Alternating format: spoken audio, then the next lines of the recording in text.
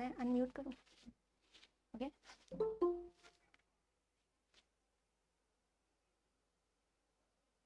Hello everyone, a very warm good morning to you all. I welcome you into Swami Vivekananda institute. जैसा कि आपको मेरे बारे में पता है, मैं हूं निष्ठा और मैं आपसे शेयर करने वाली हूं यूजीसी नेट के स्ट्रेटजी के बारे में। हमने लास्ट टाइम जो वेबिनार लिया था उसमें हमने डिस्कस किया था कि कैसे हम पेपर 1 को की तैयारी जो है अच्छे से कर सकते हैं। ये जो पेपर है ये ना केवल पेपर 1 के लिए है बल्कि आपके पेपर 2, आपका जो भी सब्जेक्ट हो उससे रिलेटेड ये वेबिनार है। तो इस वेबिनार में मैंने कुछ ऐसी चीज़ें जोड़ी है जिसमें मैंने आपके प्रॉब्लम्स, एक्चुअली जब एक कैंडिडेट एनटीए की तैयारी करता है या फिर कभी भी किसी एग्जाम की तैयारी करता है तो उस तैयारी के दौरान क्या क्या प्रॉब्लम्स आते हैं उनके बारे में हमें नोट डाउन किया। अगेन यहाँ पे सिर्फ प्रॉब्लम गिनाने का मेरा मतलब ये नहीं है कि मैंने आपके प्रॉब्लम को नोट डाउन किया है। As a aspirant of the UPSC and the NTA और एनी एग्जाम एसएससी, हमें उन प्रॉब्लम्स को कैसे टैकल करना है, उन प्रॉब्लम्स को कैसे हमें फेस करना है, कैसे उसका सॉल्यूशन लेना है ताकि हमारी जो प्रिपरेशन हो और भी इफेक्टिव हो। और इस वेबिनार का उद्देश्य यही है कि हम उन प्रॉब्लम्स को एक बार देखें कि वो प्रॉब्लम्स होती क्या है, क्योंकि मुझे पता है दिसंबर इज कमिंग, कहते हैं ना विंटर इज कमिंग, तो दिसंबर इज कमिंग और मैं नहीं चाहती कि आप उन दिसंबर को उन प्रॉब्लम को सिर्फ फेस करने में बिताएं।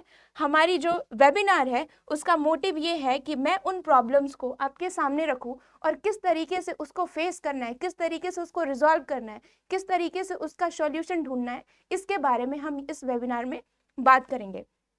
लेकिन एक्चुअली जब भी हम वेबिनार को स्टार्ट करते हैं, आपको स्लाइड 1 स्लाइड 2, तो यहाँ पे हमने थोड़ा सा ट्विस्ट किया है। ट्विस्ट ये किया है कि हम जो है ना स्लाइड 10 से स्टार्ट करेंगे, क्योंकि मुझे पता है कि आप जब फ्रेश माइंड से किसी भी वेबिनार को देखते हो, किसी भी प्रोग्राम को देखते हो, तो आपकी रिटेंशन कैपेसिटी, आपकी जो लेने की क्षमता है, ग्रहण करने की क्षमता है, वो बढ़ जाती है।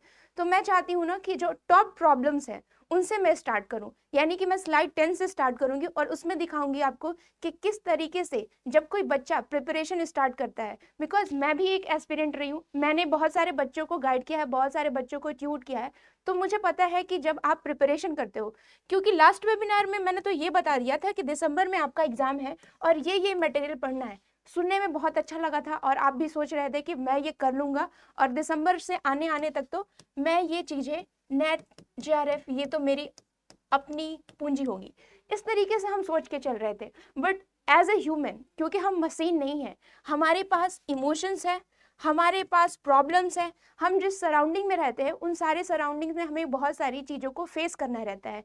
तो जब आप प्रिपरेशन करते हो तो उस दौरान आपके क्या क्या कन्फ्यूज़न आते हैं, क्या क्या प्रॉब्लम्स आते हैं, उन्हीं के बारे में हम इस वेबिनार में बात करेंगे। ना केवल प्रॉब्लम्स को गिनाएंगे बल्कि एज ए स्टूडेंट हमने उसे कैसे सॉल्व किया, ज़्यादातर टॉपर्स वो कैसे सॉल्व करते हैं, उसके बारे में हम आज डिस्कस करेंगे।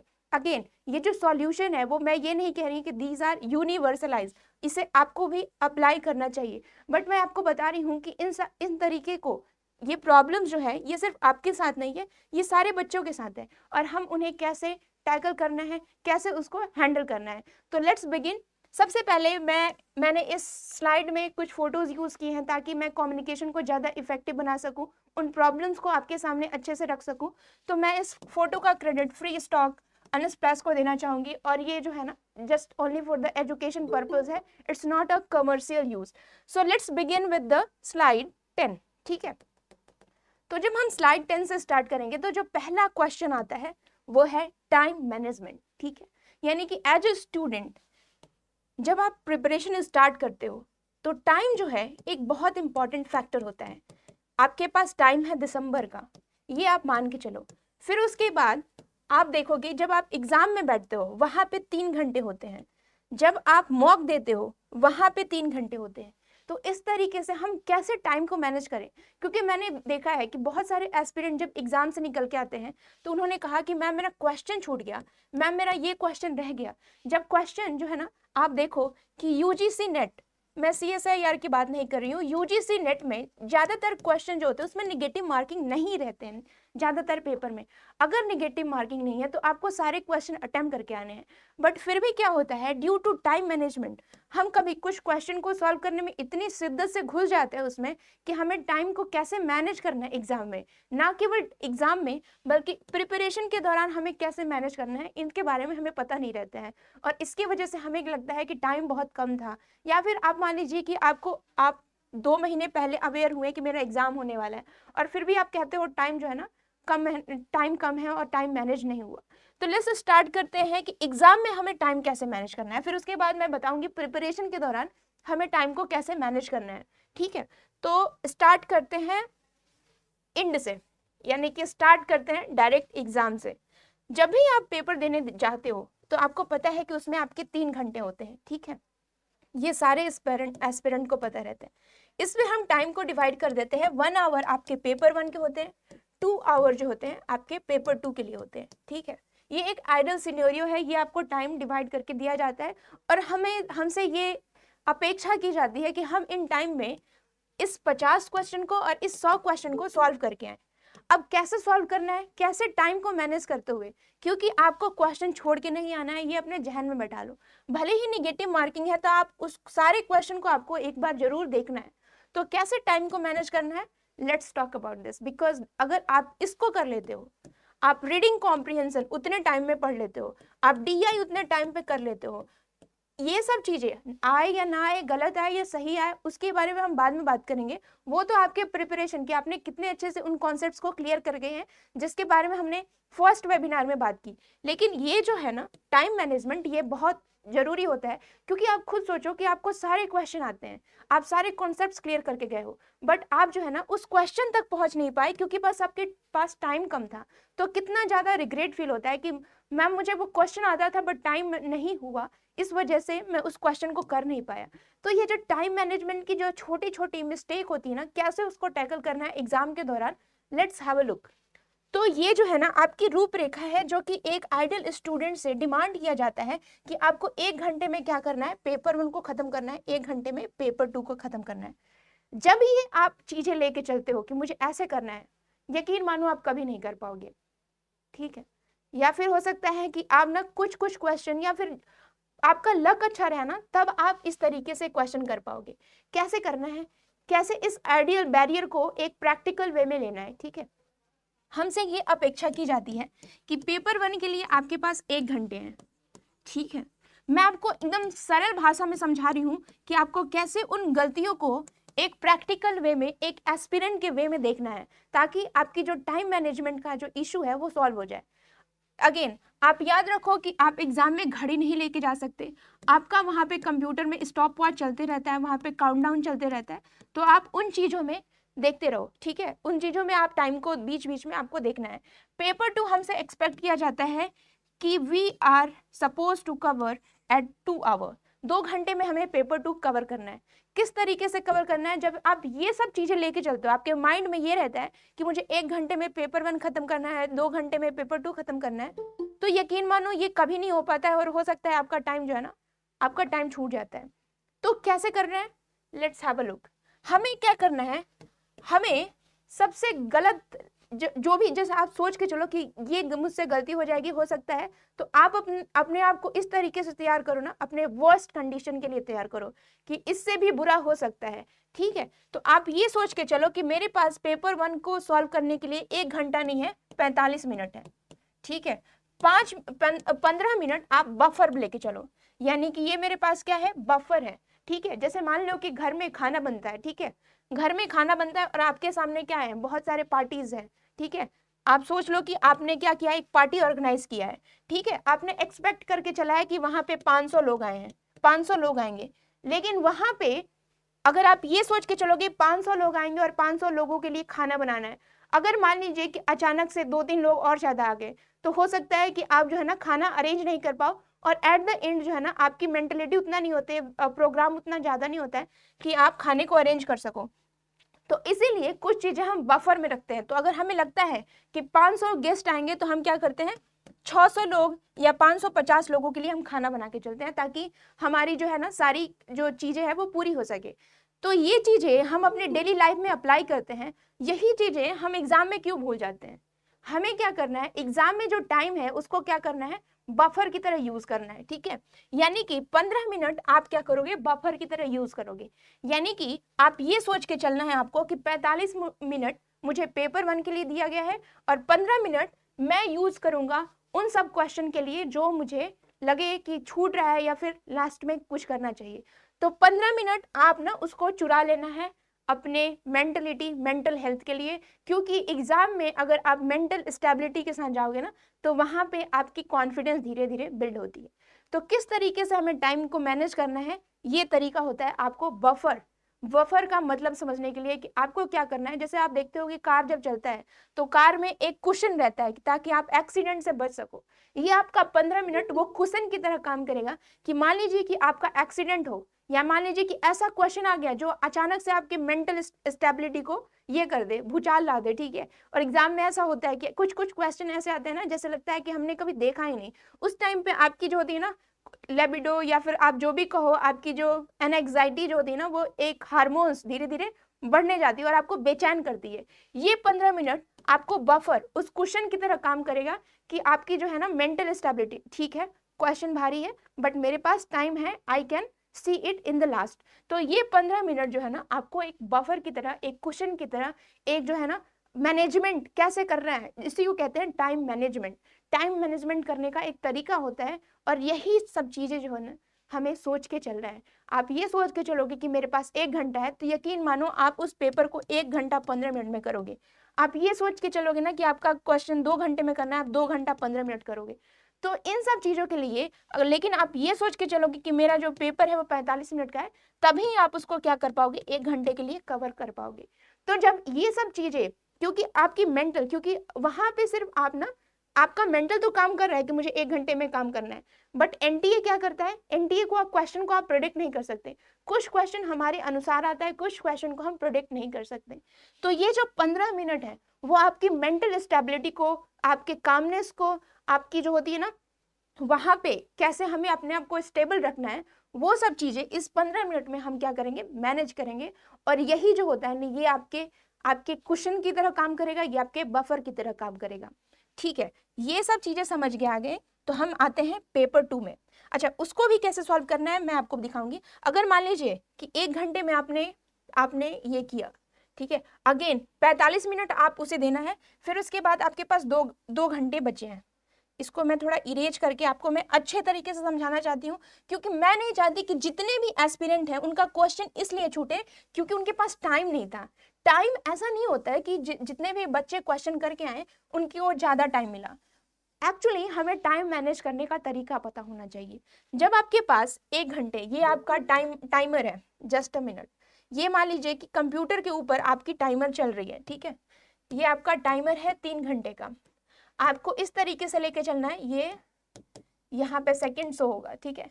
आपको सबसे पहले जो रफ सीट आता है, ठीक है, जो रफ सीट आता है आपको टाइम में डिवाइड कर लेना है कि मुझे इस पेपर को इतने घंटे में खत्म करना है, रिवाइज में इस तरीके से करूंगा। आपको ये भी पता होना चाहिए कि कभी भी क्वेश्चन को एक राउंड में तो बिल्कुल नहीं करना है। पेपर 1 को 3 राउंड में जाओ, पेपर 2 को 3 राउंड में जाओ, क्योंकि पहले बार आपको सिर्फ वही क्वेश्चन करना है जो आपको लगे कि I am very confident, I am 100% confident about this question. अगर इस तरीके से क्वेश्चन करोगे तो आपकी कॉन्फिडेंस बिल्ड होगी, और ये कॉन्फिडेंस जो होता है ना वो बहुत मैटर करता है आपके एग्जाम के स्टेबिलिटी के लिए, आपके मेंटल हेल्थ के लिए। तो पहले आपको उन क्वेश्चन को अटेम्प्ट करना है जो कि आपको लगे कि yes I know this, I read about this and I M 100% sure about this. दूसरी बार में आप जाओगे ना तो कुछ ऐसे ऐसे क्वेश्चन करोगे जो कि आपको लगे कि 50-50 है। अगेन मैं यहाँ पे 1 घंटे लेके बात नहीं कर रही हूँ, मैं यहाँ पे बात कर रही हूँ कि हमारे पास पेपर 1 को सॉल्व करने के लिए सिर्फ 45 मिनट है। इन 45 मिनट में जब आप पेपर को अटेम्प्ट करोगे, पहला जो पेपर आएगा आपको डीआई का आएगा।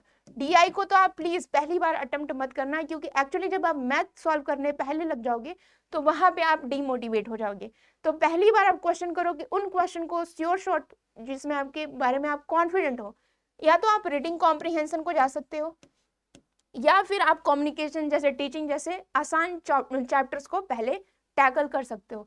तो उन पहले क्वेश्चन में फर्स्ट राउंड में आपको सिर्फ वही क्वेश्चन अटेम्प्ट करने हैं जो कि आप श्योर शॉट हो कि ये मेरे 100% क्लियर है।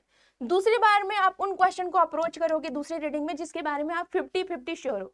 ठीक है, आपको लगेगा कि ये तो 2 ऑप्शन तो होंगे ही नहीं, ये 2 ऑप्शन हो सकता है, मतलब कि उन दोनों में आप क्या कर सकते हो, थोड़े से आईक्यू लगा के यूज कर सकते हो। अगेन मैं बता रही हूँ 3 बार क्यों जाना है, इसका भी एक रीजन है। एक्चुअली क्या होता है ना कि जब आप पहली बार एग्जाम में जाते हो, ठीक है, जब आप पहली बार किसी एग्जाम में जाते हो और क्वेश्चन को पहली बार पढ़ते हो तो आपको लगता है ये चीजें आपके नहीं आती है, बट जब आप एक बार आप पढ़ के और आगे स्किप पे जाते हो तो बैक ऑफ द माइंड, जो आपका अनकॉन्शियस माइंड है, वो क्या करता है, इन्फॉर्मेशन को रिकलेक्ट करता है, यानी कि आप जो है ना चीजों को पढ़ के भूल जाते हो, ठीक है, और वो आपकी अनकॉन्शियस माइंड क्या करती है, आपको उनको याद दिलाने की कोशिश करती है, जिसको कहते हैं प्रोसेसिंग होते रहती है। फिर आप दूसरे क्वेश्चन में आते हो, तीसरे क्वेश्चन में जब सेकंड बार आओगे ना तो आप देखोगे अचानक से वो जो आंसर है ना वो आपको याद आ गए। तो इस तरीके से एक बार में अगर करोगे ना क्वेश्चन तो आपको क्या होगा, आपको दिमाग, हो सकता है आपको आंसर नहीं आ रहा तो आप थोड़ा आपको लगेगा कि मैंने तो अच्छे से प्रिपेयर नहीं किया। आपको क्या करना है, फर्स्ट राउंड में फटाफट सारे 50 क्वेश्चन को पढ़ना है, पेपर 1 की मैं बात कर रही हूँ, फटाफट, और वो टाइम कितना है 45, और जो क्वेश्चन आपको लग रहा है इसका मुझे श्योर शॉर्ट आंसर पता है उसको आप पहले अटेम्प्ट कीजिए। जो क्वेश्चन आपको लग रहा है कि इसमें मुझे डाउट है उसको छोड़ देना है, प्लीज आप उस पर इमोशन, अपना जो सिंपैथी होता है उसमें मत घुसेड़िएगा। पहले बार में आप उन्हीं क्वेश्चन को अटेम्प्ट कीजिएगा जो आपको लगे कि ये मुझे कंफर्म पता है, 100% पता है। सेकंड बार में आओगे, आपकी बैक ऑफ द माइंड जो इन्फॉर्मेशन होती है ना थोड़ी आपकी मदद करेगी और क्वेश्चन को एलिमिनेट करने में मदद करेगी, यानी कि जो 50-50 है ना वो आपके लग जाएंगे, यानी कि आप सेकंड राउंड में उन क्वेश्चन को लगाओगे जो जिनके बारे में आपको आधा नॉलेज है, आप अपने इन्फॉर्मेशन, आप अपने बैकग्राउंड नॉलेज से उन क्वेश्चन को अटेम्प्ट करोगे। जब तीसरा बात हो गया, इसको भी कैसे डिवाइड करना है, ये 45 मिनट कैसे डिवाइड करना है, देखिए पहले अटेम्प्ट में आपको क्या करना है, पहली बार में आपको 50 क्वेश्चन आपको इतने टाइम में कवर कर लेने हैं, ठीक है। फिर आप सेकेंड अटेम्प्ट में क्या करोगे, इसको आप थोड़ा ज्यादा टाइम दीजिए, 30 मिनट, ठीक है। तो यहाँ पे आपका हो जाएगा 15, सॉरी इट्स 15, यानी कि आपके पास कितने टाइम है अभी, क्योंकि मैंने जो 50-50 है ना उसको 30 मिनट दिया, क्योंकि अगेन इसमें टाइम लगते हैं, ठीक है। तो एज अ प्रैक्टिकली मैं बता रही हूँ कि कैसे आपको क्वेश्चन को अप्रोच करना है, कैसे टाइम को डिवाइड करना है।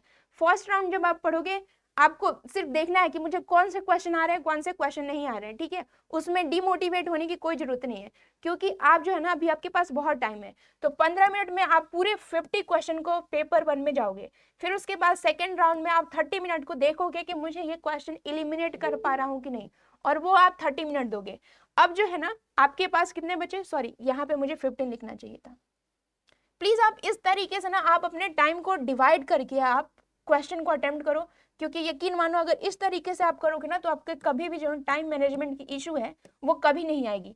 तो ये जो है ना इतने टाइम अभी आपके पास बचे हैं, आपने पेपर 1 को 2 बार पढ़ लिया, ठीक है। अब इसमें कुछ क्वेश्चन जो है ना आपको लगेगा कि ये तो मैंने कभी पढ़ा ही नहीं, ठीक है।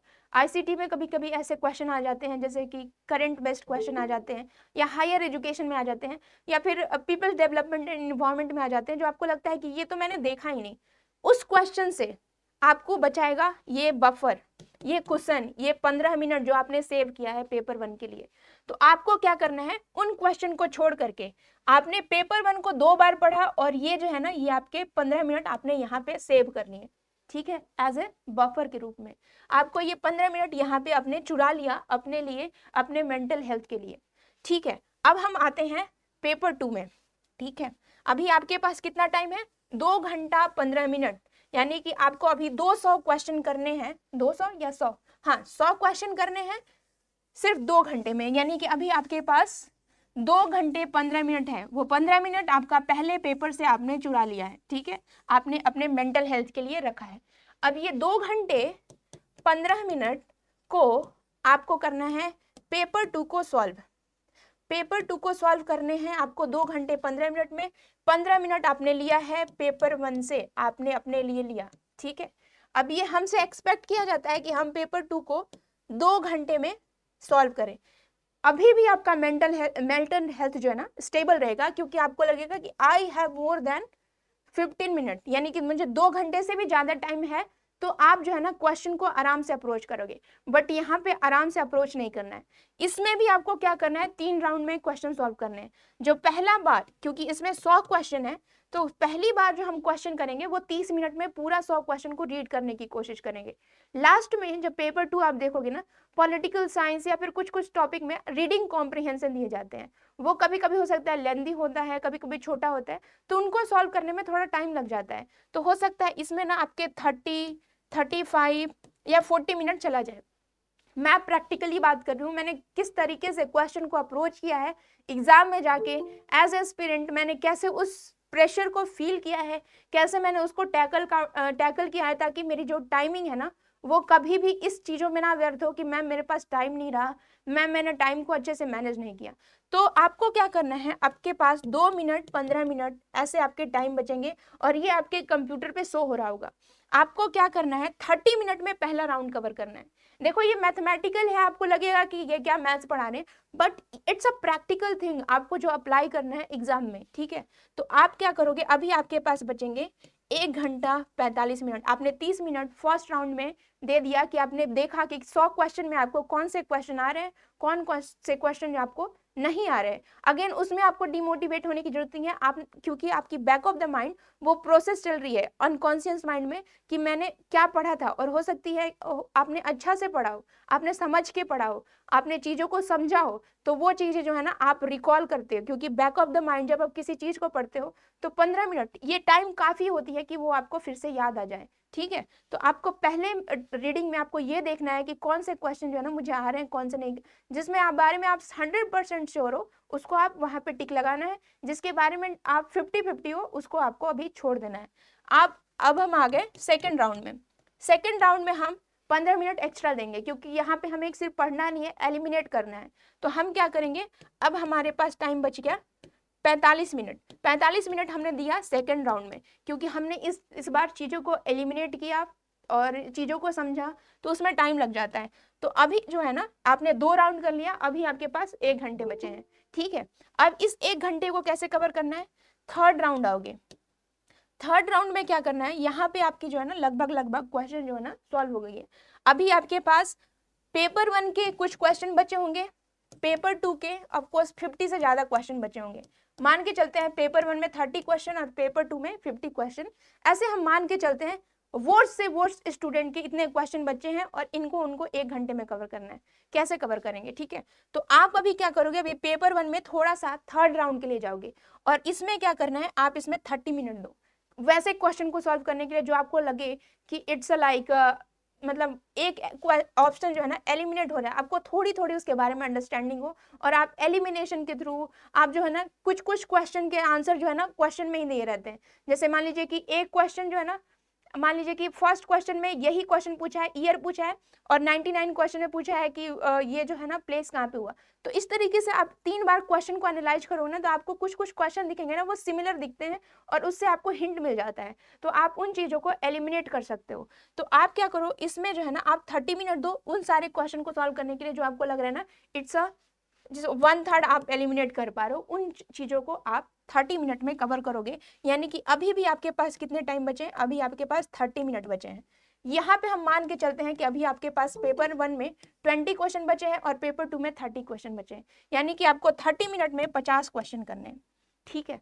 यानी कि अभी आपके पास 30 मिनट बचे हैं और आपको 50 क्वेश्चन पढ़े हैं। सिंस आपने इस पेपर को पेपर 1 को 2 बार पढ़ लिया है, पेपर 2 को 3 बार पढ़ लिया है, तो आपको पता है कि कौन कौन से क्वेश्चन पूछे गए हैं, किस तरीके से आपको बार बार क्वेश्चन पढ़ने की जरूरत नहीं है, आपको क्वेश्चन याद हो गया है, ठीक है। और आप जो है ना आप आंसर भी जानते हो कहीं ना कहीं, तो आपको बस क्या करना है, उस पेपर पे उस क्वेश्चन पे अप्रोच करके एक बार जा करके देखना है और आपको श्योर शॉर्ट पक्का होना है कि हाँ। तो अभी आपके पास 50 क्वेश्चन है, 30 मिनट है। आप अभी क्या करोगे, पेपर 1 में जाओगे। मैं इसको मिटा देती हूँ ताकि चीजें और भी क्लियर हो जाए, ठीक है। तो अभी आपको क्या करना है, इस 50 मिनट में आपको इस 30 मिनट में आपको 50 क्वेश्चन करना है। मैं ये मान के चल रही हूँ कि पेपर 1 में आपके 30 क्वेश्चन बचे हैं, पेपर 2 में आपके 20 क्वेश्चन बचे हैं, क्योंकि आपने पेपर 2 को 3 राउंड में अभी तक कवर कर लिया, लेकिन पेपर 1 को अभी 2 राउंड ही दिया। तो आपको क्या करना है, पेपर 2 में जाना है, ताकि आपकी जो चीजें है ना वो थोड़ी, कहते हैं ना कि आप एक ही सब्जेक्ट में रहोगे तो फिर आपको क्या होगा, थोड़ा सा ये होगा। तो यहाँ पे आपको फिर से पेपर 1 में जाना है। पेपर 1 में क्या करना है, पेपर 1 में जाओगे तो आप ना, आपके पास 30 मिनट है, आप इस पर 15 मिनट दीजिए, ठीक है। और उसके बाद मुझे लगता है ना पेपर 2 की बहुत सारी चीजें आपकी क्लियर होगी। यहाँ पे आप 30 मिनट दोगे ना, एक्चुअली मैं तो कहूंगी ये आपका टाइम है, आप इसको यूटिलाइज करो जिस तरीके से आपको लग रहा है कि पेपर टू में ज्यादा क्वेश्चन छूटे हैं, तो आप 15 मिनट पेपर 2 पे दीजिए, या फिर आप चीजों को डिवाइड कर लीजिए। आपको पेपर 2 में लग रहा है कि ज्यादा क्वेश्चन छूटे हैं तो आप उसमें 30 मिनट या फिर 20 मिनट दे सकते हो, 10 मिनट आप फिर पेपर 1 में आइए। आपको लग रहा है पेपर 1 में ज्यादा क्वेश्चन छूट रहे हैं तो आप उसके बाद पेपर 1 में आइए, क्योंकि आप इस तरीके से करोगे ना तो आप ना क्वेश्चन को बहुत बार पढ़ लेते हो, तो चीजें जो है ना आपके जहन में बैठ जाती है और फिर आप क्वेश्चन को आसानी से लगा सकते हो। तो ये तरीका होता है क्वेश्चन को टाइम से सॉल्व करने का, क्योंकि एक्चुअली क्या होता है ना, हमें टाइम इक्वली दिया जाता है। जो टॉपर्स होते हैं, अब ऐसा नहीं है कि उनके लिए 4 घंटे मिलते हैं, सारे बच्चों को 3 घंटे ही टाइम मिलता है और आपको उन टाइमिंग में क्या करना है, कवर करना है। अब सबसे बड़ी कंफ्यूजन जो आता है ना वो ये होता है कि मैम पेपर 1 पहले अटेम्प्ट करना है या पेपर 2 अटेम्प्ट करना है। तो मैं कहूंगी इट्स योर चॉइस। क्यों? क्योंकि एक्चुअली क्या होता है ना, जब आप पेपर 2 में अटेम्प्ट करते हो, लॉजिक ये दिया जाता है कि पेपर 2 आप अटेम्प्ट करते हो तो वो चीजें आपको ज्यादा क्लियर होती हैं, तो आप उन चीजों को ना, क्योंकि पीजी में पढ़ा है, ग्रेजुएशन में पढ़ा है, तो आपको वो चीजें बहुत ज्यादा क्लियर होती है। जब आप पेपर 2 अटेम्प्ट करोगे ना तो आपकी कॉन्फिडेंस बिल्ड की हो जाती है। बट पेपर 1 को भी अटेम्प्ट करने को इसलिए बोला जाता है ना, क्योंकि पेपर 1 जो होता है वो जो है ना, वो आपका, अगर मान लीजिए कि पेपर 2 करने से आपका नेट हो रहा है, तो हो सकता है कि पेपर 1 आपका अच्छा चला जाए, तो हो सकता है इसमें आपका जेआरएफ भी हो सकता है। तो paper 1 is a game changer, और जो चीजें गेम चेंजर होती हैं उसको जो है ना आप थोड़ी सी, कहती है ना, शिद्दत के थ्रू जाके उसको सॉल्व करो। तो मेरा मानना है कि आपको ये देखना है कि आपकी जो है ना कौन सी चीजें पकड़ है। मैं तो जनरली अगर मैं कहूंगी तो मैं पेपर 1 पहले अटेम्प्ट करना प्रेफर करूंगी और उसमें मैं डीआई को लास्ट में करूंगी, क्योंकि एक्चुअली क्या होता है ना, पेपर 1 से आपकी जो चीजें है ना वो आपके अपने हिसाब से हो जाती है। यानी कि आपका पेपर 1 अच्छा है तो आप जो होता है ना कि जेआरएफ के थोड़ा करीब पहुंच जाते हो। पेपर 2 यू नो दैट उस टाइम आप स्टेबल हो जाते हो और फिर उसके बाद आप ना चीजों को अच्छे से कर लेते हो। लेकिन बहुत सारे बच्चे वो रिकमेंड करते हैं, टॉपर्स रिकमेंड करते हैं कि आप पेपर 2 को पहले करो। तो मेरा ऐसा कोई हार्ड फास्ट रूल नहीं है कि आपको पेपर 2 ही करना है, पेपर 1 ही करना है। It's your choice. अब जब आप सॉल्व करते हो, मॉक लगाते हो, तो आपको पता चल जाता है कि मेरी क्या जो है ना स्ट्रेंथ है, क्या वीकनेस है। तो ये जो आंसर है ये मैं आप पे छोड़ती हूँ, ये आप देखो कि आपको पेपर 1 पहले करना है या पेपर 2 करना है। बट कैसे टाइम मैनेज करना है, पेपर 1 को करते हुए भी, पेपर 2 को करते हुए भी टाइम को कैसे मैनेज करना है, ताकि मैं नहीं चाहती कि आप में से कोई भी ना जब पेपर दे के आए तो ये कहे कि मैंने क्वेश्चन जो है ना इसलिए छोड़ दिया क्योंकि टाइम कम मिल रहा था। टाइम कम नहीं था, टाइम को आपको मैनेज करने नहीं आया, ठीक है। तो जब आप ये सोच के चलते हो कि 3 घंटा है तो कभी नहीं हो पाएगा। आप ये सच सोच के चलो कि 2.5 घंटा है, और ये कैसे होगा? It's happen not during the exam के दिन आपका ये नहीं होगा, ये आपका होगा प्रिपरेशन के दौरान। यानी कि जब आप प्रिपरेशन वर्ड्स के लिए करते हो ना तो आपका जो है ना एग्जाम जो होता है ना वो अच्छा जाता है। अगर आप ये सोच के चल रहे हो कि मेरा जो है ना मॉक लग रहा है 3 घंटे में, तो यकीन मानो जो आपका एग्जाम होगा वो 3.5 घंटे में होगा, ठीक है। अगर आप ये सोच के चल रहे हो कि 3.5 घंटे का से मेरा मॉक लग रहा है, तो आप ये सोच के चलो कि 4 घंटे में, यानी आधा घंटा आपका वहां पे एक्स्ट्रा लगेगा, क्योंकि वो प्रेशर होता है, वो माहौल ऐसा होता है जहाँ पे आपकी चीजें जो होती है ना वो वर्स्ट भी हो सकती है, कभी कभी टेक्निकल इशू, वो सब कैसे सॉल्व करना है इसके बारे में बताऊंगी। बट आपको क्या करना है, ड्यूरिंग द प्रिपरेशन अपने वर्स्ट के लिए तैयार होना है। आप ये मत सोच के जाओ कि वहां पे सब कुछ आराम से होगा, आपकी कंप्यूटर स्क्रीन सब ठीक होगी। जैसे होता है ना, एक बच्चा जाता है, आपको दिखाया जाता है एनटीए की वेबसाइट्स पे कि बच्चे ऐसे एग्जाम दे रहे हैं, इट्स अ वर्स्ट कंडीशन। जैसे होता है ना कि एक योद्धा जो होता है ना वो इस तरीके से तैयार होता है ना कि हर वार को वो सॉल्व सह सके। तो आपको उन सब चीजों के लिए तैयार होना है, और तैयार कैसे होना है, I am giving you some tips, ठीक है। तैयार इस तरीके से करना है कि जब भी आप मॉक लगाओ, जब भी आप ये लगाओ पेपर या फिर पीवाईक्यू लगाओ, तो आप इस तरीके से ट्रेन करके चलो ना कि मुझे एक क्वेश्चन को 1 मिनट में करना है। अब हर बार मैं ये नहीं कह रही कि आप 1-1 मिनट पे अपना घड़ी देखो। तो मैं क्या कह रही हूँ कि जब भी आप मॉक बनाने बैठो, ठीक है, तो मान लीजिए कि आपने क्या किया, एनटीए का एक मॉक लगाया, ठीक है, वहां पे टाइमर चलता है कि आपका जो है ना 3 घंटे का टाइम है। आप कोशिश करो कि आप खुद मान के चलो कि मेरे लिए 2.5 घंटे हैं। 3 घंटे होंगे जिनके लिए, जिनको नेट क्लियर करना है, जिनको फर्स्ट अटेम्प्ट देना है। मेरे लिए, क्योंकि मुझे जेआरएफ क्लियर करना है, मेरे लिए 2.5 घंटे का टाइम है। तो आप जब तक से खुद को डिसिप्लिन नहीं करोगे ना, तब तक से आप बोर्ड्स के लिए तैयार नहीं होगे। तो आपको क्या मान के चलना है कि मेरे लिए 2.5 घंटे हैं, और यकीन मानो कि जब आप 2.5 घंटे पे आपने मॉक सॉल्व कर लिया, एग्जाम में आपका 3 घंटे हो जाएगा, यानी 3 घंटे में आप आराम से मैनेज कर लोगे। क्योंकि क्या हुआ, आपने अपने को खुद को एक ऐसे माहौल में ढाला है जो कि सबसे बुरा है। क्योंकि आप सोचो कि 100 क्वेश्चन को यानी 150 क्वेश्चन को कोई भी 2.5 घंटे में नहीं सॉल्व करता है, बट आपने अपने माइंड को, अपने बैक ऑफ द माइंड को, अपनी प्रिपरेशन ऐसे रखी कि आप 2.5 घंटे में भी सॉल्व कर सकते हो। तो इस तरीके से आपको क्या करना है, सबसे वर्स्ट कंडीशन के लिए ट्रेन करना है। क्योंकि जनरली क्या होता है ना, मैं धीरे धीरे सारे पॉइंट्स पे आऊंगी, क्योंकि अगर मैं चाहूंगी एक स्लाइड में आपको बता दूं, बताने के लिए मुझे बहुत कुछ है। क्योंकि एज ए स्टूडेंट यकीन मानो, मैं जैसा बोलती हूँ ना कि दिसंबर में आपका एग्जाम है, इतना सिंपल होता ना तो कोई भी कर लेता, लेकिन एग्जाम के दौरान क्या क्या परेशानियां आती है, किन किन चीजों से होकर के हमें गुजरना पड़ता है as a student, as a youth, as a adult, ये मैं जानती हूँ। और मैंने इन चीज़ों को फील किया है और मैंने इन चीज़ों को क्रॉस किया है। So I know it, I feel this. और इसी वजह से मैं आपको ये बताना चाहती हूँ कि आप कैसे इन चीज़ों को फील करो, ताकि आपकी जो अटेम्प्ट हो वो एकदम सही डायरेक्शन में हो। ये होगी आपके टाइम मैनेजमेंट की बात। ये हो गई 10वां प्रॉब्लम, मोस्ट इंपॉर्टेंट प्रॉब्लम, जो कि हर बच्चे को होती है, चाहे वो पहला अटेम्प्टर हो, चाहे वो चौथा या तीसरा अटेम्प्टर हो। Now let's come to the 9th problem. आपको क्या करना है, आपको खुद को इस तरीके से प्रिपेयर नहीं करना है कि I am the mamma daughter and I am the son of the my mamma. So मुझे ना एक बहुत अच्छा, जैसे होता है ना कि स्वागत किया जाएगा, और मुझे बहुत अच्छे माहौल में एक चेयर के सामने एसी लगा होगा और मुझसे पूछा जाएगा do you want a water. इस तरीके से आपका ट्रीटमेंट होगा। आपको इस तरीके से सोच के बिल्कुल मत जाना। क्योंकि एनडीए क्या होता है ना, कुछ कुछ सेंटर पे होता है ना आपके फैन लगे होते हैं, कुछ कुछ सेंटर पे आपके फैन नहीं होते हैं, हो सकता है आपको कोने में बैठा दिया जाए। और उस कंडीशन में आपको क्या करना है, एग्जाम को उस 3 घंटे में देना है। और सिर्फ देना नहीं है, please I am expecting JRF from you, ठीक है। तो मेरे भी कुछ एक्सपेक्टेशन है आपसे। तो आप ये मत सोच के चलिए कि आई एम अ वेरी, जैसे होता है ना कि अभी आप पढ़ रहे हो, आप लाइब्रेरी में बैठे हो या फिर अपने घर में बैठे हो, मम्मी आपको बॉर्नवीटा दे रही है, आपको चाय मिल रहा है टाइम से बेड पे, तो आप इस तरीके से ना अपने आप को, आप यही सोच के आप तैयारी करके जाते हो। बट मैं चाहती हूँ कि आपको एक वॉरियर की तरह प्रिपरेशन करना है। अब वॉरियर क्या होता है, जब आप मूवी देखते हो, वॉरियर क्या होता है, उनकी कवच होती है, उनके पास भाले होते हैं, उनके पास सारे औजार होते हैं, ठीक है, जब भी वो युद्ध के लिए जाते हैं। तो मैं ये नहीं कह रही हूँ कि आपको क्या करना है, औजार लेकर के एनडीए के एग्जाम में जाना है।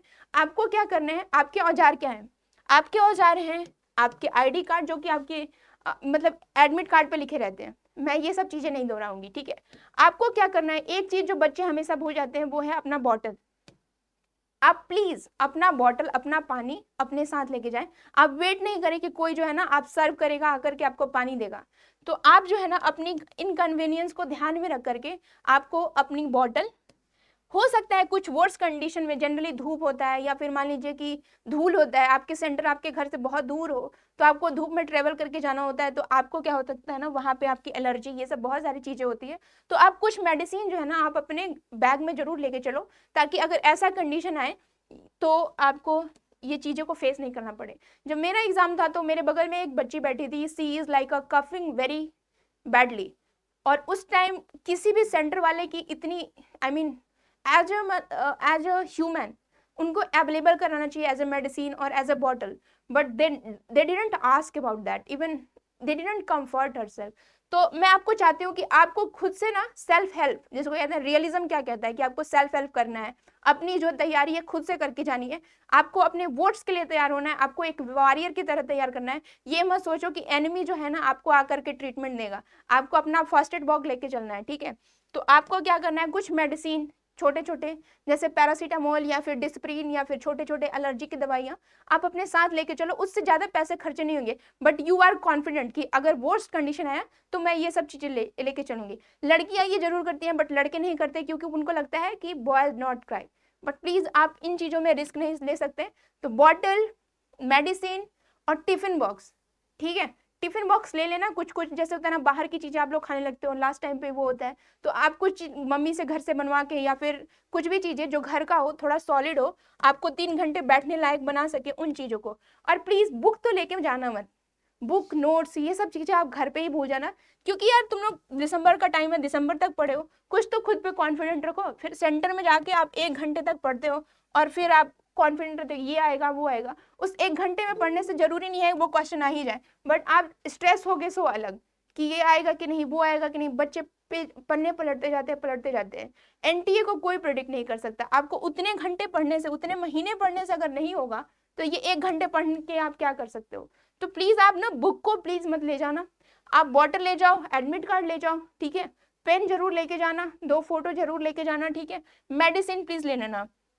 और कोशिश करो तो 1 घंटे पहले, 1 दिन पहले, सॉरी 1 घंटे क्यों बोल रही हूँ, 1 दिन पहले आप जो है ना अपने आप को काम रखो, रादर देन कि ये पढ़ना, ये मेरा छूट गया, वो छूट गया।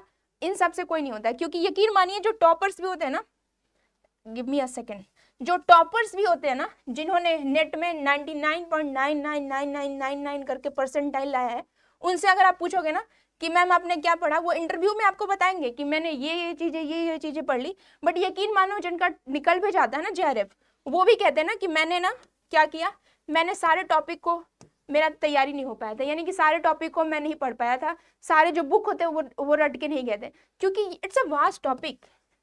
वास्ट टॉपिक में आप जो है ना, आप जरूरी नहीं है कि आपके सारे टॉपिक जो है ना आपकी इक्वल कमांड हो।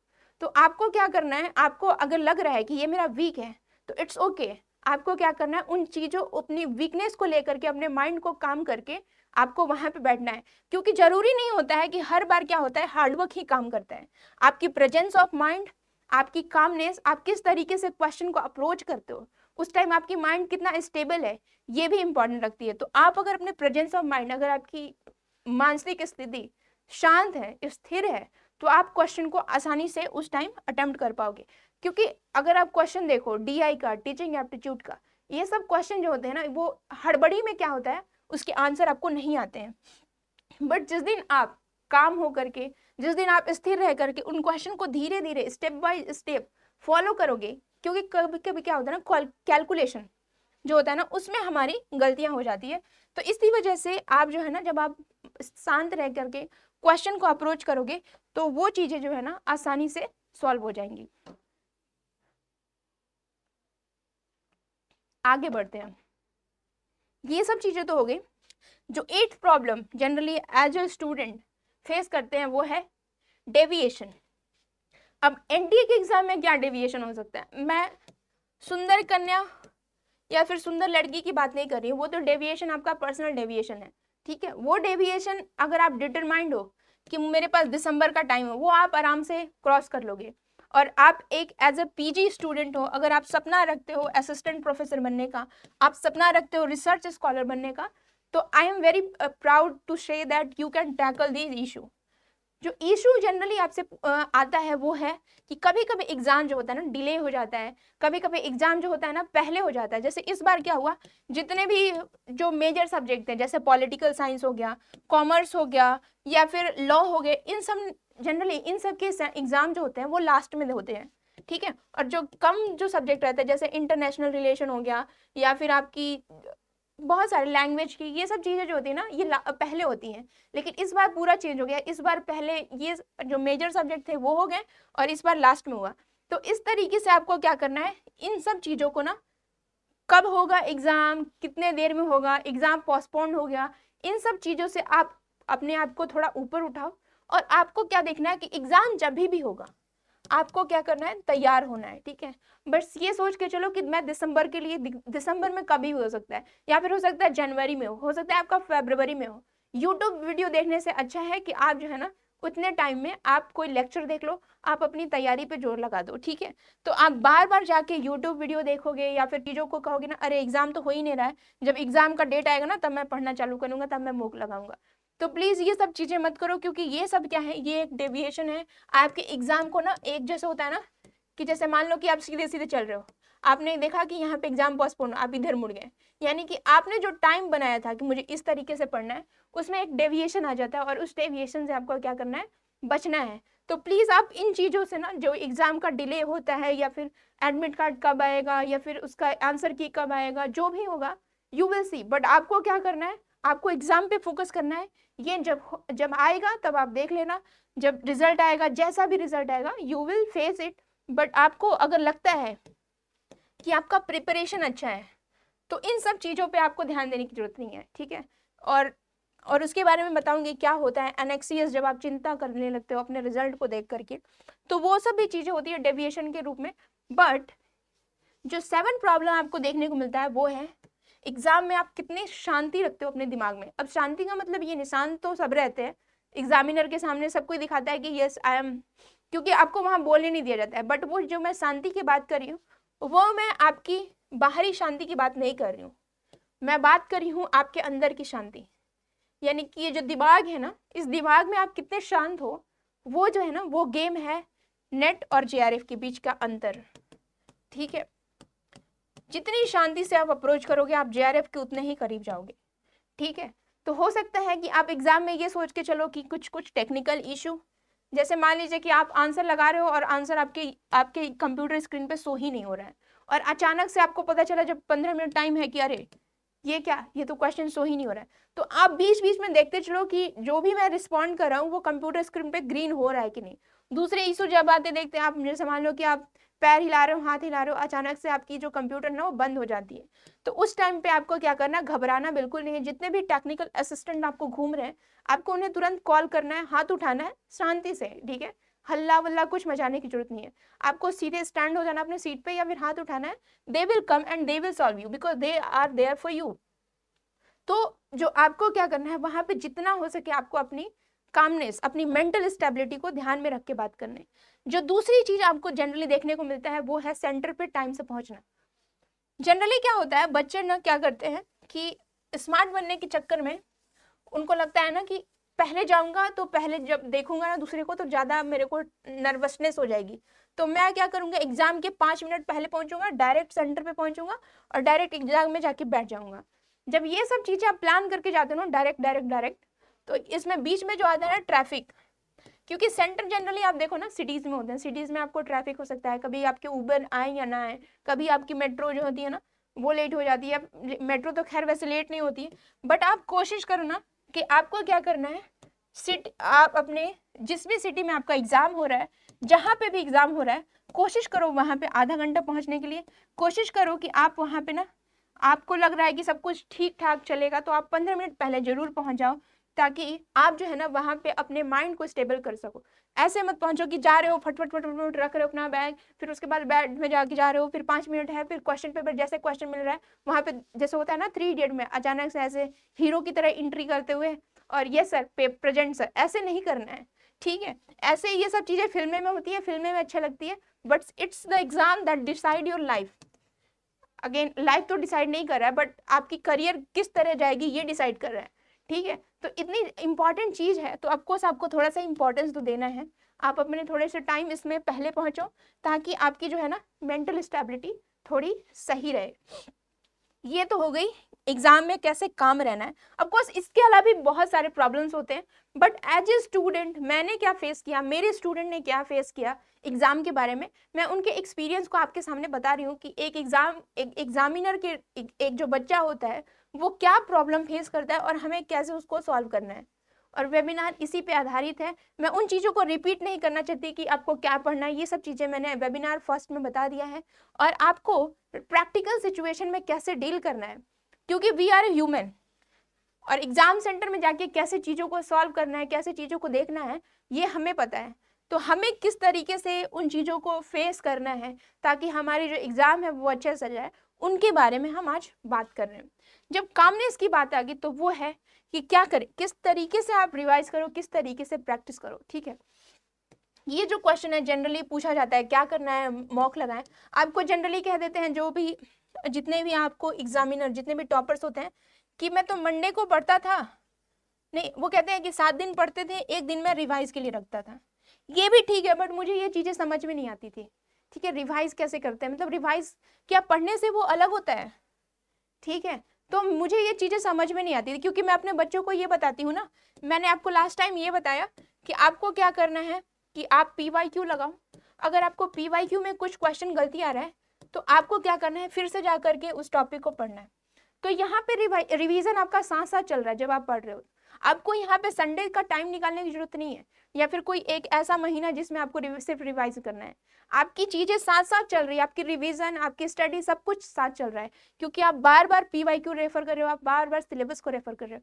तो मुझे ये रिवीजन का लॉजिक समझ में नहीं आता है कि वो रिवीजन को क्या कहते हैं, but as a student, as a teacher, as a aspirant, मैंने कैसे रिवीजन को, एज ए एस्पिरेंट, ठीक है, मैंने कैसे रिवीजन को सॉल्व किया। रिवीजन जैसे इशू को देखा, वो था राइटिंग पे ज्यादा फोकस करना। यानी कि जब भी आप पढ़ो, जब भी आप मॉक लगाओ, जब भी कोई चीजें करो, आपको ऐसे होता है ना कि आप सो करके पढ़ रहे हो, इससे बढ़िया है कि आप एक दिन टाइम निकालो रिवीजन के लिए, आप चीजों को लिख लिख के पढ़ना चालू करो। क्योंकि जिस दिन आप लिख लिख के पढ़ोगे ना, तो आपकी जो हैंड होती है ना, आपकी माइंड आपको कभी ये कर सकती है, बट आपकी हाथ जो होती है ना, वो आपके हमेशा साथ रहेगी। वो आपको कुछ ना कुछ चीजें जो होती है ना, जब आप चीजों को पढ़ते हो ना, तो आप पढ़ते हो फिर भूल जाते हो, लेकिन जब आप चीजों को लिखते हो ना, तो आपकी चीजें, हैंड और माइंड दोनों काम करती है, तो वो सब चीजें जो होती है ना, वो परमानेंट हो जाती है। तो रेदर देन एक दिन मैं इस दिन बैठ के रिवाइज करूंगी, आप जो आप पढ़ रहे हो उसको आप क्या करो, अंडरस्टैंड करके पढ़ो, जो चीजें आप पढ़ रहे हो उसको लिख के पढ़ो और उसको समझ के पढ़ो, आपको इन चीजों की जरूरत नहीं पड़ेगी। तो रिवीजन क्या होता है, I don't know, if you are good at revision you can do this, but आप इस तरीके से पढ़ाई करो कि आपकी रिवीजन, आपकी स्टडी साथ साथ चलती रहे, ठीक है। क्योंकि ऐसा ना हो कि आप रिवीजन कर रहे हो एक दिन और बाकी 7 दिन पढ़ रहे हो, फिर वो एक दिन 7 दिन पढ़ के एक दिन रिवाइज कर रहे हो। इससे बढ़िया है कि आप एक एक दिन पढ़ो, एक एक दिन रिवाइज करो, मॉक लगाते जाओ, PYQ लगाते जाओ, आपका जहाँ पे गलती हो रहा है फिर से जा करके वहाँ पे रिवाइज करो। तो हर दिन आपको रिवीजन करना है, ये नहीं कि आपको उसके लिए एक स्पेशल टाइम निकाल करके एक चीजों को पढ़ना है। और NTA का सिलेबस UPSC नहीं है कि आपको एक दिन रिवीजन का चाहिए, it's a very small syllabus अगर एज कम्पेयर टू UPSC देखा जाए। तो आप इन रणनीतियां, UPSC की जो रणनीतियां हैं, इसको आप यहाँ पे स्ट्रेटजी खेल सकते हो। आप यहाँ पे आप रेगुलरली प्रैक्टिस करते रहो, रेगुलरली रिवाइज करते रहो। अब ये तो बातें मैंने कर दी थी पहले से कि हमें कहाँ से पढ़ना है। ये बातें मैंने वेबिनार फर्स्ट में बताया था कि अगर आप पेपर 1 पढ़ रहे हो तो please follow the standard book, please follow the authentic source. ये मैंने पेपर 2 में भी कहा है कि आपके पेपर 2 आ रहे हैं, तो आप उन्हीं चीजों को फॉलो करो ना। क्योंकि मैं अगर ऐसे बताने लगूंगी ना कि होम साइंस के लिए ये है या फिर लॉ के लिए ये बुक है, तो ये फिर इट्स अ बहुत टॉपिक बहुत वास्ट हो जाएगा। लेकिन as a student of PG, जिसने PG में होम साइंस पढ़ा है, जिसने PG में लॉ पढ़ा है, जिसने PG में पॉलिटिकल साइंस पढ़ा है, जिसने PG में मैनेजमेंट पढ़ा है, वो जानते हैं ऑथेंटिक बुक क्या है, क्या उनके। अब मैं ये नहीं कह रही हूँ कि आपको क्या करना है, नोट्स पढ़ना है, कुंजिका रेफर करना है, आपको क्या करना है, ऑथेंटिक बुक पढ़ना है, ऑथेंटिक सोर्स, स्टैंडर्ड जो चीजें होती है ना, उन चीजों से पढ़ना है, रादर देन कि हम नोट्स पढ़े जा रहे हैं, यहाँ के नोट्स रेफर कर रहे हैं, उस इंस्टीट्यूट के नोट्स रेफर कर रहे हैं। आप स्टैंडर्ड बुक को पढ़िए ताकि आपकी चीजें जो है ना, प्रिपरेशन जो है ना, एकदम सही डायरेक्शन में आ जाए। जो फोर्थ मिस्टेक होती है वो है, हम जो होता है ना खुद से अलग हो जाते हैं। अलग हो जाते हैं मतलब, अलग हो जाते हैं मतलब कि हमें लगता है ना कि अगर हम मम्मी से बात नहीं करेंगे, अगर जो है ना हम कॉल, सोशल मीडिया, ये सब फिल्म नहीं देखेंगे, या फिर जो भी हमारी जो चीजें हैं जो हम दैनिक as a normal human being करते हैं, अगर उन सब चीजों को त्याग करके हम सीरियसली, ऑफकोर्स आपको सीरियस होना है, बट इस तरीके से नहीं सीरियस करना है कि आप जो है ना अपनी जो हॉबीज हैं, जिसमें आपको वो खुद बनाता है। जैसे मान लीजिए कि कुछ जो पार्ट्स होते हैं ना, किसी का हैबिट होता है कि वो क्या करना है, उनको गाने सुनने का मन होता है, उनको थोड़ी सी मूवी देख के उनका माइंड जो होता है फ्रेश होता है, किसी को योगा करने का मन होता है, किसी को खेलने का मन होता है, शाम में वो खेलते हैं। तो जनरली क्या होता है, आप देखोगे ना कि बच्चे क्या होते हैं, जब वो प्रिपरेशन करते हैं ना, तो इन चीजों से वो दूर चले जाते हैं। उनको लगता है कि इट्स माई लाइफ और उसके लिए मुझे ये सब छोड़ना है। आपको छोड़ना है ठीक है, बट आप जो है ना, आप खुद सोचो कि वो क्या चीजें हैं जो आपके अंदर कॉन्फिडेंस लाती है। जैसे एज ए स्टूडेंट, एज मी, मैं जो हूँ ना, मैं जब आप चीजों को खेलते हो, आपकी माइंड फ्रेश हो जाती है। आप जब लोगों से मिलते हो, यू विल एनालाइज। अब ऐसे नहीं कह रही हूँ मैं आपको निगेटिव लोगों से मिलना है, you know who is giving me the negative vibe and who is giving me the positive vibe. तो आपको क्या करना है, आप खुद के लिए टाइम जरूर निकालें। आप आधा घंटा हो या 15 मिनट हो, give your time to yourself. क्योंकि आप जब चीजें पढ़ रहे हो तो आपको एनालाइज करने की जरूरत है कि मुझे किन चीजों को राइट डायरेक्शन में लेके आ रही हूँ। जैसे मैं जनरली योगा करती थी, जब मैं प्रिपरेशन करती हूँ, तब मुझे याद रहता है या फिर चीजें क्लियर रहती है कि मैंने ये सब चीजें जो है ना वो छोड़ दी हैं, ये सब चीजें मुझे अभी और करना है। तो आप अपने हॉबी अपने इन चीज़ों को जरूर करें ताकि आपको पता चले कि आपकी तैयारी जो है ना किस डायरेक्शन में जा रही है, मुझे और किन चीज़ों पे ध्यान देना है। क्योंकि सिर्फ आप पढ़े जा रहे हो, आप खुद को टाइम नहीं दे रहे हो, आप खुद की चीज़ों को एनालाइज नहीं कर रहे हो, तो फिर क्या होगा ना कि आप बस जैसे होता है ना, आंख बंद करके, जैसे किसी ने कह दिया था ना कि मुझे आपको नाक के सीधे चलना है, और नाक के सीधे क्या आ रहा है, जो भी आ रहा है उसमें आप चले जा रहे हो। तो प्लीज आप अपने अंदर झांक करके देखो कि मुझे क्या चाहिए और क्या मैं उस तरीके से आगे बढ़ रहा हूँ कि नहीं। तो follow your why you want to do JRF, why you want to do research, why you want to be assistant professor.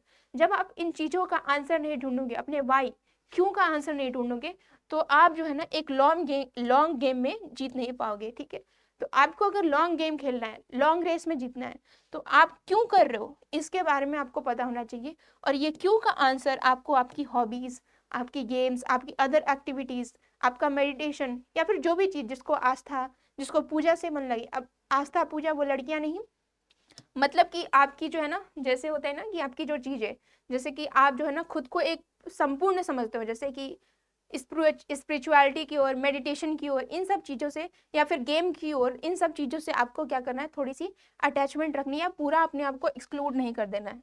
तो please be follow your hobby to know your why. जो तीसरी मिस्टेक जनरली हर बच्चा करता है वो है paper 1 और paper 2 में बैलेंस करना। किस तरीके से इन दोनों पेपर को दिसंबर तक साथ साथ लेके चलना है, इसके बारे में हमें पता होना चाहिए। क्योंकि जनरली क्या होता है, कुछ बच्चे टीचर हमें बता देते हैं कि पेपर 1 तो हमारा सही है, पेपर PG में पढ़ा है, पेपर 2 ये भी पढ़ा है, तो हमें क्या करना है, पेपर 1 में DI को देखना है। तो DI में लगे रहेंगे बच्चे 3-4 महीने, 4-4 महीने, और एकदम पूरा। इसकी वजह से जनरली पेपर 1 में जितने भी टॉपिक होते हैं उनको भी छोड़ देते हैं। और पेपर 2 में मान लो कुछ बच्चे कहते हैं ना कि पेपर 2 में मेरा इंटरेस्ट आ रहा है क्योंकि वो ज़्यादा स्कोरिंग होता है, उसमें ज़्यादा क्वेश्चन आते हैं, तो मैं पेपर 2 ही करूँगा। इससे क्या होता है ना कि जब आप इन चीज़ों पे, अगर मान लो कि आप जो है ना 1 दिन दे रहे हो, 7 दिन इसमें निकाल रहे हो, तो ये अनबैलेंस है। आपको क्या करना है, टाइम डिवाइड करना है कि मैं पेपर 1 के लिए क्या करूँगा, पेपर 1 के लिए मैं अपने दिन का 2 घंटा जरूर निकालूंगा, और पेपर 2 के लिए 4 घंटा जरूर निकालूंगा। तो इस तरीके से आपको चीज़ों को ना डिवाइड करके उनको बैलेंस करना है, क्योंकि पेपर 1 भी जरूरी है फॉर JRF, पेपर 2 भी जरूरी है फॉर नेट और JRF दोनों के लिए। तो आपको इन दोनों चीज़ों को बैलेंस करके चलना है। अब ये नहीं कि सिर्फ पेपर 1 में DI सॉल्व किए जा रहे हैं या फिर सिर्फ पेपर 1 सॉल्व किए जा रहे हैं। आपको दोनों टॉपिक्स, दोनों जो सब्जेक्ट होते हैं, दोनों पेपर को आपको ध्यान देना है। दोनों पेपर में टाइम डिवाइड करके आपको 2 घंटा पेपर 1 में देना है, 4 घंटा, या फिर आप इसमें 3 घंटे दे सकते हो, फर्स्ट अटेम्प्ट इसमें 4 घंटे भी दे सकते हो। तो इस तरीके से ना आपको चीज़ों को डिवाइड करके आपको उसको डेली अप्रोच करना है, डेली आपको प्रैक्टिस करना है, आपको बैलेंसिंग आना चाहिए। बट एक जो चीज़ें होती हैं as a student, as a youth, as a adult, as a adult हम जो चीज़ें देखते हैं वो है ओवर थिंकिंग। तो इससे रिलेटेड मैं आपको ना एक महेंद्र सिंह धोनी की एक चीज़ दिखाती हूँ। मतलब मैंने कहीं पे पढ़ा था, तो महेंद्र सिंह धोनी से पूछा गया कि आप जो है ना, आप कैप्टनशिप जब भी आप करते हो मैच में, आप इतने शांत कैसे रह पाते हो। ठीक है, आप जब आप मैच खेलते हो तो जनरली हम उनको देखते हैं कि हमेशा जो उनका डिसीजन रहता है जब भी कि कौन से फील्डर्स को कहाँ लगाना है, कैसे, he is very perfect on this. तो उनको जनरली शांत, उन्होंने कामनेस पे उनका जो है ना, he is very master on that. तो उन्होंने एक जर्नलिस्ट ने उनसे पूछा कि आप जो है ना इतने भी प्रेशर वाले कंडीशन में आप खुद को शांत कैसे कर लेते हो। तो उन्होंने कहा इट्स अ वेरी सिंपल, मैं क्या करता हूँ, मैं रिजल्ट के बारे में, मैच मैं जीतूंगा या नहीं इसके बारे में सोचना छोड़ देता हूँ, मैं सिर्फ अभी पे ध्यान देता हूँ, यानी कि मैं सिर्फ खेलने पे ध्यान देता हूँ। जीतना ना जीतना ये आपके बस की बात नहीं है। उसी तरह से JRF होगा या ना होगा ये आपके बस की बात नहीं है, लेकिन आपके बस की बात है हार्ड वर्क, आप वो कर सकते हो। तो जिन चीज़ों में हमारा कंट्रोल नहीं है उन चीज़ों के बारे में हम सोच सोच के क्या करते हैं, परेशान हुए रहते हैं। और जिन चीज़ों पे हमारा कंट्रोल है, यानी कि हम 4 घंटे दे सकते हैं पेपर 2 के लिए, 2 घंटे हम पेपर 1 के लिए दे सकते हैं, उन चीज़ों को हम क्या करते हैं, साइड में कर देते हैं। तो जब आप रिजल्ट पे आपका कंट्रोल नहीं है, गीता में कहा गया ना, कर्मण्येवाधिकारस्य न फलेषु कदाचन, यानी आपको क्या करना है, कर्म के बारे में आपको चिंता करनी है, फल क्या होगा उसके बारे में आपको चिंता नहीं करना है। अगर आपका कर्म अच्छा है तो आपको फल जरूर मिलेगा। ठीक है, तो आपको रिजल्ट के बारे में ओवर थिंक करके कि अगर मेरा नहीं होगा तो क्या होगा, दुनिया वाले मुझे ये कर देंगे वो कर देंगे, ऐसा कुछ नहीं है। ये सब चीज़ें आपके माइंड का है और ये चीज़ें आप खुद से ला रहे हो। तो आपको ओवरथिंक नहीं करना है कि अगर मैं ऐसे करूँगा तो ये होगा, वो होगा। ये सब प्लीज़ आप मत कीजिए। लड़के पता नहीं कैसे वो डील करते हैं, बट लड़कियां जनरली ऐसे करती हैं कि मुझे ताने मिल रहे हैं, वो मिल रहे हैं, हो सकता है मेरा शादी हो जाए, या फिर एग्जाम को क्लियर नहीं करूंगा तो हो सकता है मुझे घर में रहना पड़े। तो इन सब चीज़ों के बारे में सोचने से बढ़िया है कि आप जो है ना फोकस्ड रह करके अपनी तैयारी करें, अपने कर्म पे ध्यान दें। जो होगा वो भी अच्छा होगा, जो नहीं होगा वो भी अच्छा होगा। तो आप जो है ना, अगर नहीं होता है तो आप कुछ गलतियां करेंगे, कुछ सीखेंगे और उसको इम्प्रूव करेंगे। तो आपको क्या करना है, आपको अपने एनएग्जाइटी, अपने तनाव, अपनी जितनी भी चिंताएं हैं, उनको क्या करना है, एक मोटिवेशन के रूप में बदलना है। ठीक है, और इन चीज़ों पे आपको विजय हासिल करना है। तो आपको जनरली आप देखोगे ना कि जब जब मैं प्रिपरेशन करती तो मुझे किस तरह की एनएग्जाइटी होती थी। मुझे ये होता था ना कि पेपर इतना बड़ा है, टाइम इतना कम है। अगर मैं पढ़ती थी पेपर 1 तो मुझे लगता है पेपर 2 छूट रहा है, अगर पेपर 2 पढ़ती थी तो मुझे लगता है पेपर 1 छूट रहा है। तो इस तरीके से मुझे क्या होता था, जो मैं प्रेजेंट में पढ़ती थी उसमें मेरा फोकस नहीं रहता था। तो आपको क्या करना है, ये जो एनएग्जाइटी होता है कि पेपर 1 को कैसे बैलेंस करना है, पेपर 2 को कैसे बैलेंस करना है, पेपर 1 मेरा ज़्यादा तो नहीं, मैं उस पर ज़्यादा तो ध्यान नहीं दे रही हूँ, पेपर 2 को मैं छोड़ तो नहीं रही हूँ। इन सब चीज़ों ना हमें आता है। और ये सब चीज़ें इसलिए आता है ना, इसलिए नहीं क्योंकि आप जो है ना चिंता करके आप पढ़ाई छोड़ना बंद कर दो। ये सब चीज़ें, ये सब चिंताएं इसलिए आती है ना क्योंकि आप जो है ना, आप खुद से कुछ अपेक्षा रखते हो, कुछ आपसे इच्छाएं हैं। और इस इच्छाओं को ना आपको क्या करना है, चिंता में नहीं तब्दील करना है, उसको मोटिवेशन की तरह लेना है कि ठीक है पेपर 1 नहीं आ रहा है, मुझे क्या करना है, प्लानिंग, टाइम को डिवाइड करना है। तो इस तरीके से ना आप टाइम को डिवाइड करके अपने एंग्जाइटी होती है, तनाव जो होती है, उनको आप रिड्यूस कर सकते हैं। जो फर्स्ट प्रॉब्लम्स जनरली कि मुझे स्टार्ट करना चाहिए, ये मेरा पेपर अटेम्प्ट है, तो आप कोशिश करो ना, आपको मैं सजेशन देती हूँ कि आप मंथ का वेट मत करो, आज आज अभी से स्टार्ट करो। अगर आपको लग रहा है कि आप एडमिट कार्ड आएगा तब मैं चालू करूंगा, तो अभी ऐसा कभी नहीं आएगा। और जो ये सोच रहे हैं कि ये मेरा फर्स्ट अटेम्प्ट है, मुझे देना चाहिए कि नहीं, तो आप याद रखो कभी भी आप परफेक्शन, कोई भी परफेक्ट बच्चा एग्जाम में नहीं बैठता। ठीक है, या तो वो कहीं और होते हैं या फिर वो होते ही नहीं है। तो आपको क्या करना है, आपको लग रहा है कि हाँ मुझे जो है ना देना चाहिए, तो स्टार्ट अर्ली। आज से, अभी से छोटे छोटे कदम उठा करके, आज मुझे टीचिंग एप्टीट्यूड में टीचिंग खत्म करना है, आज मुझे टीचिंग एप्टीट्यूड में आज इवोल्यूशन करना है। ये छोटे छोटे स्टेप बना करके आप चलोगे ना, तो आपको क्या होगा, धीरे धीरे आप देखोगे एक दिन आपने ये किया, धीरे धीरे आप पूरे सिलेबस को कवर कर लोगे। तो क्योंकि अगर आप टाइम का वेट करोगे कि मेरा ये वाला अटेम्प्ट ना इस बार मैंने अच्छे से नहीं पढ़ा, मैं सेकंड अटेम्प्ट वाला आएगा ना उसमें अच्छे से दूंगा, तो ये कभी आएगा नहीं और वो अच्छा कभी होता नहीं है। तो आप क्या करो, हो सकता है आपका अटेम्प्ट बेकार जाए, but at least you have guts to sit in the exam, you have guts to face this challenge. तो आप उस चैलेंज को, जितनी भी प्रिपरेशन है उनको मिला करके आप एग्जाम में बैठिए, देखिए कि आपका कितना प्रिपरेशन हो रहा है। तो start early, that is what a student will face during the exam. And मैंने आपको बताया किस तरीके से इन प्रॉब्लम्स को हमें सॉल्व करना है। तो आज के लिए इतना ही। आई होप कि ये सब जो प्रॉब्लम्स है एज ए यूथ आप जो है ना फेस करते हैं, और उनको कैसे सॉल्व करना है ये मैंने अपने एक्सपीरियंस से, अपने बच्चों के एक्सपीरियंस से मैंने आपके सामने रखा। तो I hope this session will be helpful for you to prepare in your UGC NET exam. Have a good preparation. Thank you for being here.